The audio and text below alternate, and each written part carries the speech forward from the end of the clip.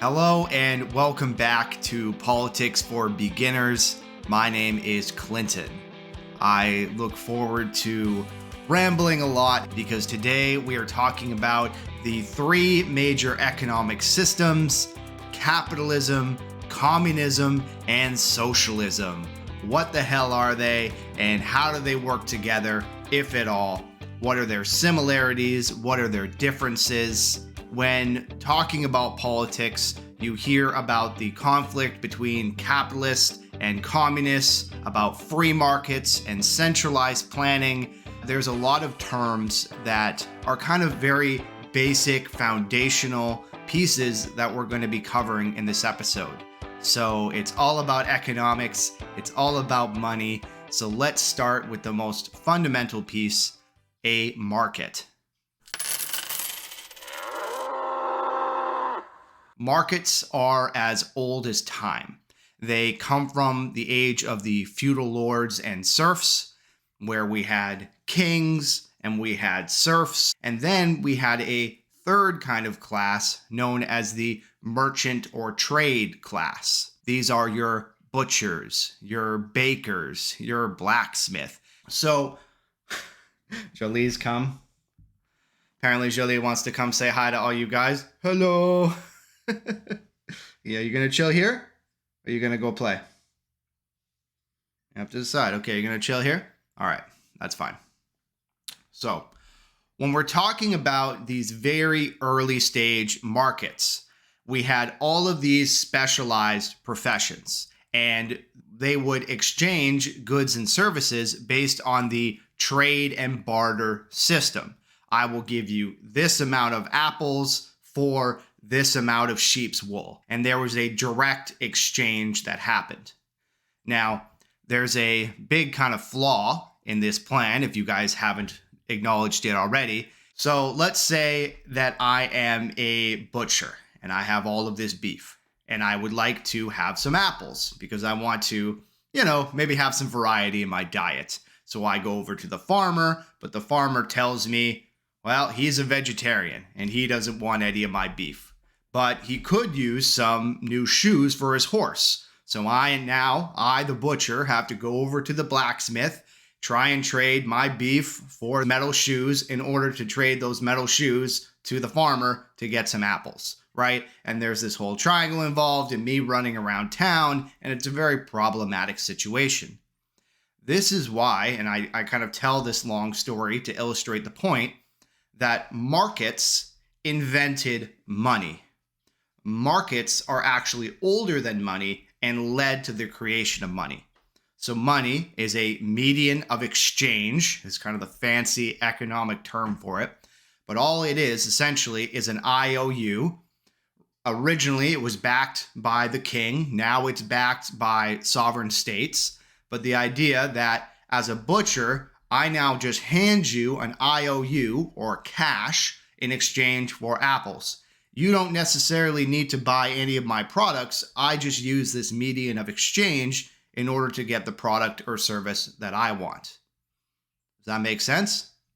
So we have markets, and markets is the lifeblood of the economy. It is the place where buyers and sellers come together in order to exchange goods or services. Goods are physical things like apples or tires, and a service is an act that somebody does with their time, as in cutting your hair, shining your shoes, giving you counsel. But the market is the overall place where all these services and all of these transactions occur.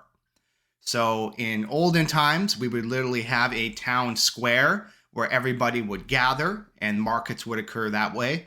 In modern times, we have the mall where people can go and shop at various stores. We have farmers markets that kind of throw back to days of old. And we also have a stock market, which instead of buying a particular good or service, you're actually buying an equity position of a company. So I want to buy a portion of Coca-Cola or a portion of Disney. It still operates under the fundamental way that a market would operate, which is bringing buyers and sellers together. So I wanted to start out by talking about markets and the invention of money, because a lot of the time people assume that capitalism is the market. And if you are anti-market, you're anti-capitalist. Well, that's not necessarily the case, right? Markets exist in the communist societies and socialist societies and capitalist societies. So what does a capitalist think about a market? Well, you will hear the term free market. And what a free market means is essentially non-regulated. A true capitalist believes that markets work best when they are uninhibited, when they are allowed to do whatever they do in their natural state. And any kind of government or regulatory body that comes in and disrupts markets is inherently a bad thing to a capitalist. Because from the capitalist perspective, markets should be free, markets should be open. We should be able to trade not only amongst ourselves, but amongst different countries. Different countries should specialize in the production of different goods. Here in Canada, where it's all cold and frozen, maybe we're going to learn how to make the best ice skate and the best hockey stick. Where down in Florida, they're going to grow oranges and other different goods that couldn't survive up in the Canadian market. And then a free market allows us to trade back and forth between these two climates uninterrupted. So a hardcore capitalist, one of the fundamental principles of capitalism is a free and open market. Another important concept to understand when we're talking about markets is the idea of supply and demand. Demand is driven by what consumers want. The consumers are you and I. They are the buyers. Supply is controlled by the producers or the sellers. These are the big businesses. Let's use the example of I need shoes, right? So I'm the consumer, I have money, and I'm going to go buy a pair of shoes. Now, let's say red is a particular color that I like. When I go to the store, I'm going to be looking for red shoes. If everybody in our society is also really obsessed with the color red, there is a high demand for red shoes. And therefore, suppliers or producers will make a lot of red shoes. I will go and I will see probably a dozen different shoes and different designs that use the color red. Now, how does the price of a good or service get impacted by the supply or demand? You might see the supply and demand graph. And all this graph tells us is the fact that if demand is really high, but supply is really low, the cost goes up. Okay?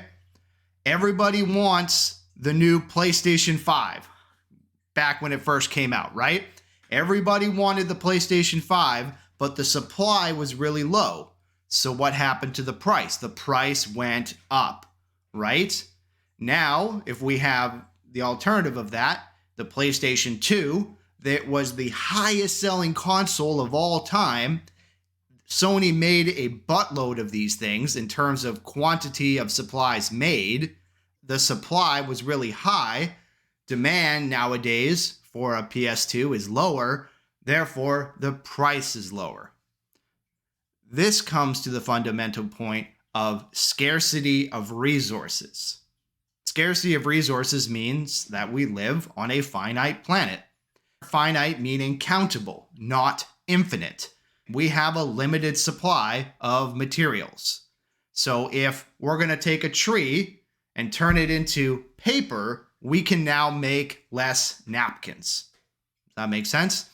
So supply, demand, scarcity of resources, all of these things come together to create the price of the product or the service that you are going to buy. And we can see this lovely graph here. But again, let's not get too mired with economics. We're just talking about the basics here. So now that we understand the concept of supply and demand, we understand how buyers and sellers come together in a market, we also acknowledge that a capitalist really wants markets to be free and open. They want less government interaction. They want to have the consumer and the supplier relationship.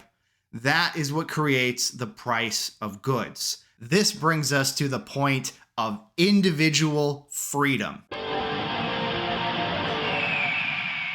In a capitalist economy, the consumers have the choice of what products they want to buy. You might have heard vote with your dollar. Vote with your dollar means that as a consumer in a capitalist economy, I get to choose if I want red shoes or if I want blue shoes, or if I want rollerblades. It's all up to me. On the alternative side, you also have the producers that also have the rights to choose what they make. If we live in a society where there are only red shoes, I, as a producer, can start a company making yellow shoes. If there's demand for it, and I find a market and I develop that market, and even though all shoes up until this point have been red, I, as an entrepreneur, can start a business and start pumping out yellow shoes. I have the freedom to do that. So individual freedom plays a very large role in capitalist economies, both on the consumer side and the production side. The last thing I want to touch on before we move on to communism and socialism is this idea of profit and how the profit motive drives capitalist economies. We talked about supply and demand and how if consumers have a demand for this, that a producer will move forward and produce things to cater for that demand. But why do producers or suppliers even get into business in the first place? Well, it's to make money. Profit, simply defined, is revenue minus expenses minus RRSP contributions. A little bit of a joke for my Canadians there, but let me back up. Profit is equal to revenue, which is your sales, minus your expenses, which is however much you spent to create the product or service. That is equal to your profit. Capitalist economies are driven by this profit motive. Companies will not function properly unless they're actually making money. Now, where capitalism gets a bad rap, and again, this is more of a problem with modern business culture and not necessarily capitalism as its core, but the two are kind of indistinguishable in reality. The problem that I'm trying to get at here is recurring revenue. Recurring revenue is a modern business philosophy that says it is not just enough to make money today. We need to make money until the end of time. We need to make sure that we make more money in February than we did in January. We have to make more money in 2024 than we did in 2023. This is where capitalism can get a little overhyped, and the idea that it assumes long-term growth inevitably. You'll hear a lot of capitalists say that sharks never stop swimming. You'll hear that if you kind of run in capitalist circles a lot. And the fact that even when a shark is asleep, the tail is still moving. It's an involuntary action that propels it through the ocean. A shark will never stop, and therefore a modern business should never stop.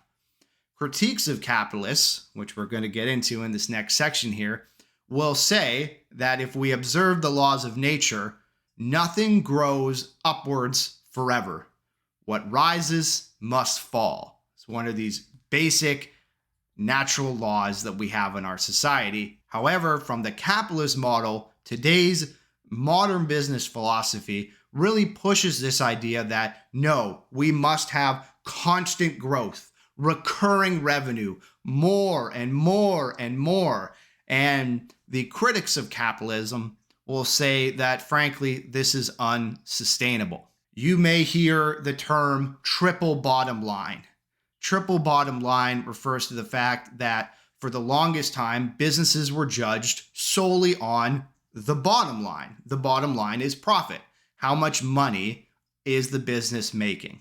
Triple bottom line thinking says that a business should take into consideration environmental factors, social factors, and financial factors. That there are three, it's a holistic kind of look that a modern business needs to take instead of focusing solely on your bottom line, which is the dollars and cents of it all.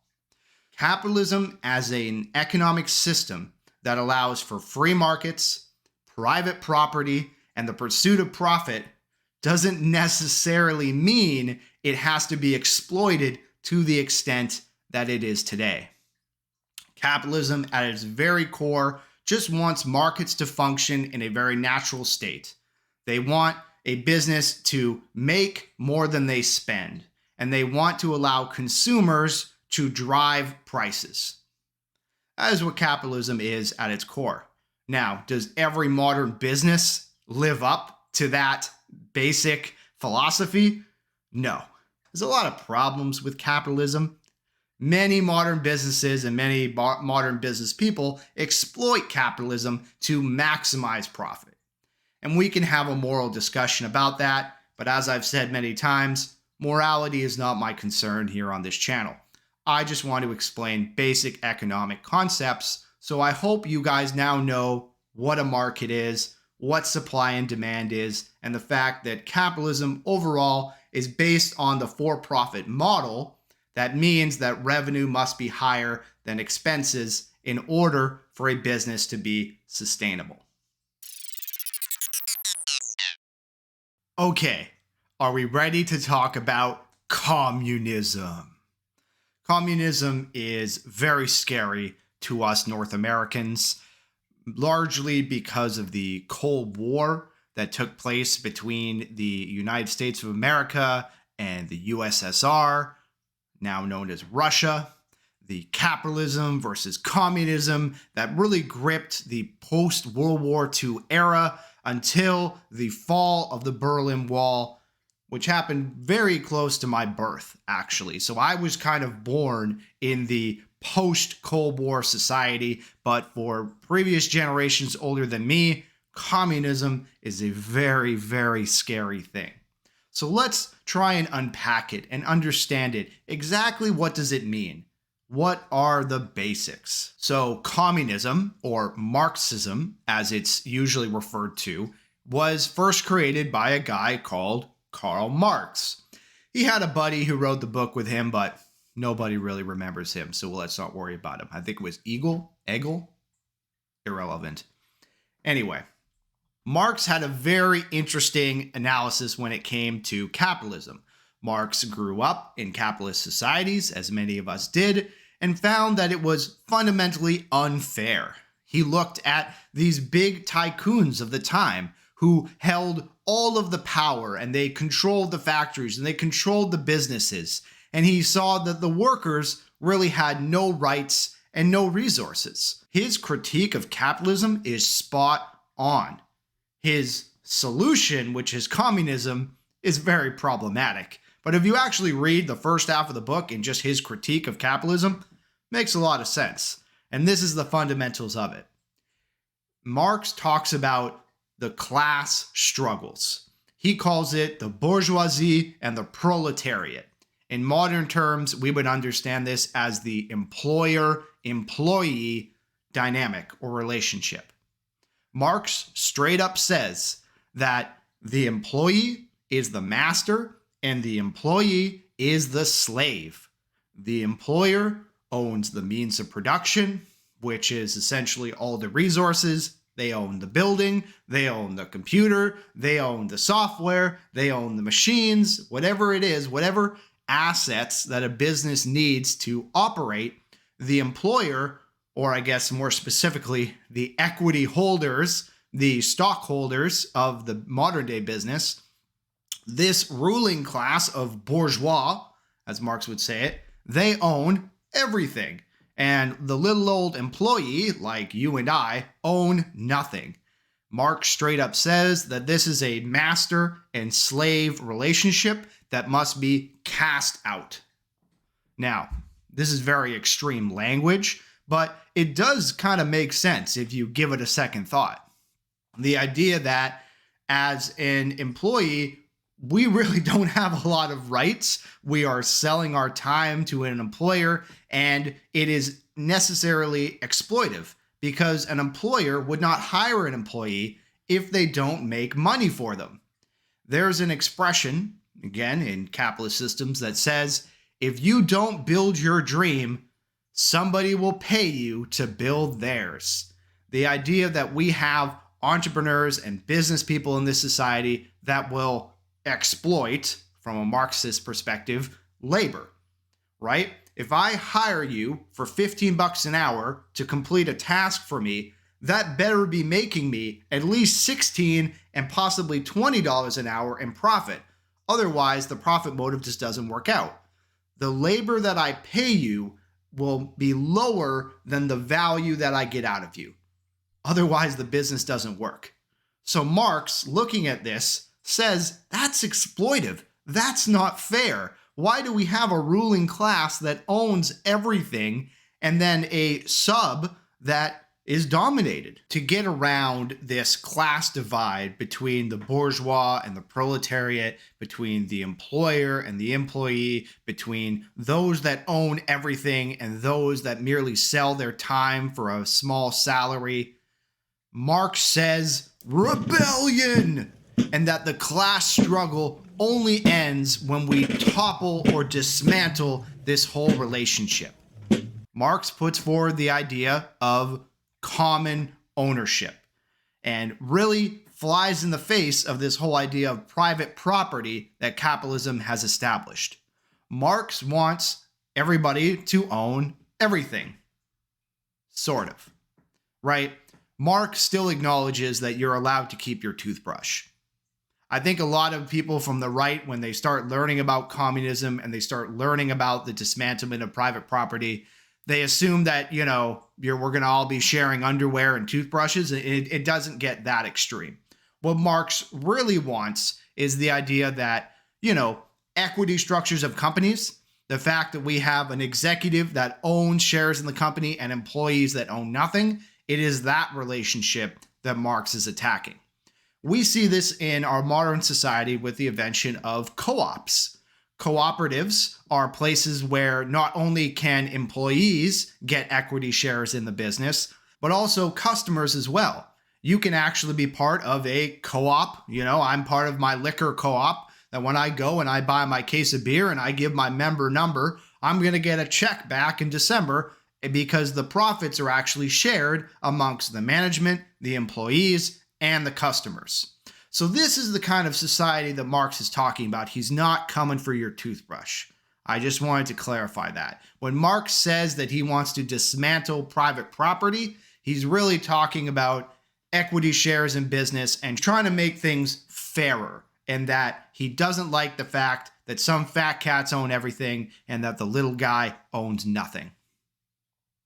Now, when we're talking about communism, a big thing we have to address is this idea of centralized planning. I'm sure we're all familiar with the Spider-Man quote, "With great power comes great responsibility." The inverse of that is absolute power corrupts absolutely. Oh, hello, Jolie's coming to say hi. Hello, Jolie. I've been ranting so long. Are you missing me? Oh, good girl. Okay, I'll be done soon. Absolute power corrupts absolutely. What does this mean?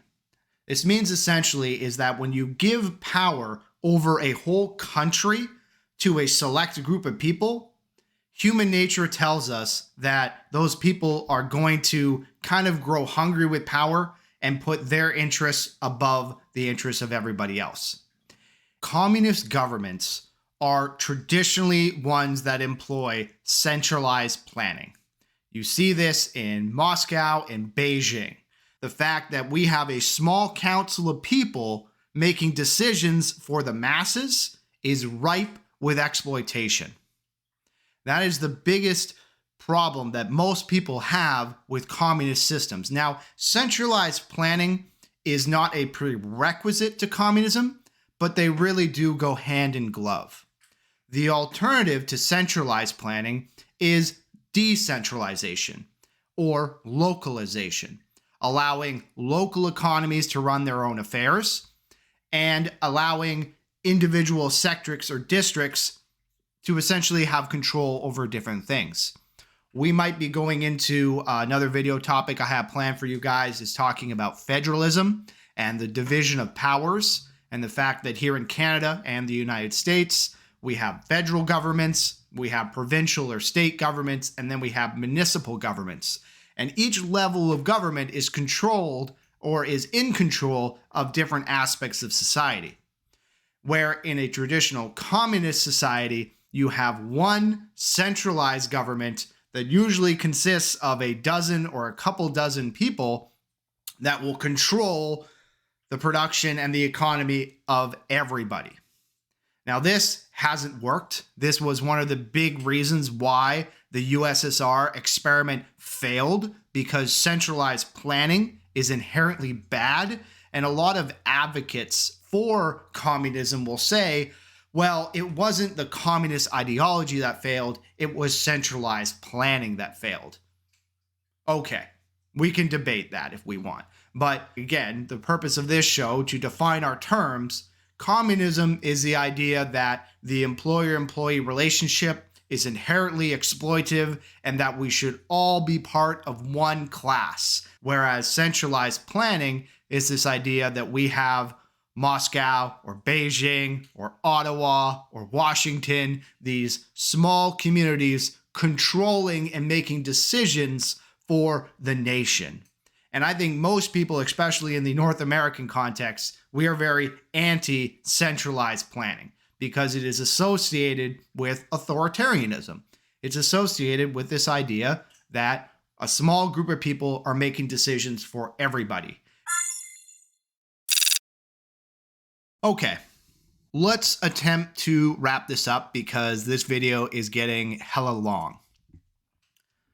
Socialism and communism are used in the media as interchangeable. You'll hear left wing and you'll hear communism, socialism, Marxism all get lumped together in the same sentence, and people use it to mean the same things. This is very inaccurate. Socialism, the way I understand it, is actually the middle point between hardcore capitalism and hardcore communism. I would call Canada a socialist country. In socialist countries like Canada, you have a private sector and you have a public sector. The difference between the private and the public space is essentially the profit motive. A socialist asks a very simple question. Should this industry be driven by profit? We'll take the healthcare, as that's probably this is the big Canadian-American debate. You could tell a Canadian from an American by this question. Should healthcare have the profit motive attached to it? Most Canadians would answer no, because you will have more sick people, right? If the doctors make money by the more patients they see and the sicker people are, they will be profitable to keep people unwell. That is why in Canada, we have a public space, and we can debate how efficient Canadian healthcare is. That's a whole nother topic. I'm not saying it's the most efficient system, but the fact that it's not under the profit motive, it is in the public space, allows Canadians to actually pursue wellness. So to me, socialism really kind of occupies this space in the middle. Socialism is traditionally a left-wing idea because it does lean on more promotion of public spaces, and it's trying to take things away from the private sector and put it into the control of the government. And what I mean by the government really should be understood as the public good. The public good and personal freedoms can conflict, and socialism really tries to kind of massage out the problems that arise from this. So if I was a donut manufacturer, right? I make donuts, I'm a baker. it would be in my best interest if everybody ate all the donuts they could, because every time I sell a donut, I'm making money. The problem is if we have a society where people eat 6 to 12 donuts a day, we probably have a lot of health problems in our society, right? So where I'm a donut manufacturer, I'm a baker, I want to sell all these donuts, but from a public good perspective, we really shouldn't be eating donuts every day. Socialism does attempt to be that balancing act, where a full-on communist government would say, we are limiting the amount of donut production to 500 grams a day. And that centralized planning unit, the bureaucrats in the major city would outline exactly how many donuts the economy is able to produce. On the hardcore capitalism side, no regulations, make as many donuts as you want, eat as many donuts as you want. If you get sick, that's your problem. The socialist government really tries to occupy the space in the middle. Okay, maybe we're going to allow people to eat as many donuts as they want, but we're going to implement a sugar tax, right? Sugar leads to negative health consequences, so the more donuts you eat, the more you're going to be taxed to offset the cost of the healthcare system. Does that make sense?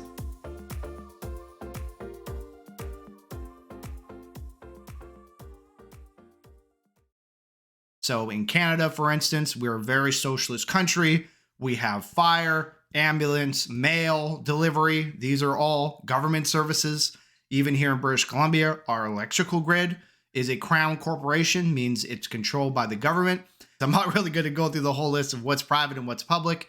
But again, the concept that a socialist government will try and balance and allow private businesses and government-run businesses. There is no cut and dry about which industry will fall into these spaces. And there is also hybrids. In Canada, we have public healthcare. We also have private healthcare, and both of these things exist within our economy.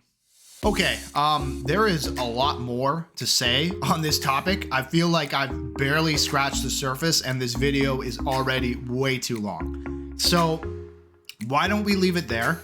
Thank you guys for watching. This was an attempt to talk about the economic systems of capitalism, socialism, and communism. These are really big topics. If you guys have any questions, do leave them in the comments below. Again, my name is Clinton. This is Politics for Beginners. I hope I have armed you guys with some language and a little bit of theory to understand the news better and really just promote political literacy, because that's what we're all about here on this channel. Thank you for watching. I will see you in the next episode.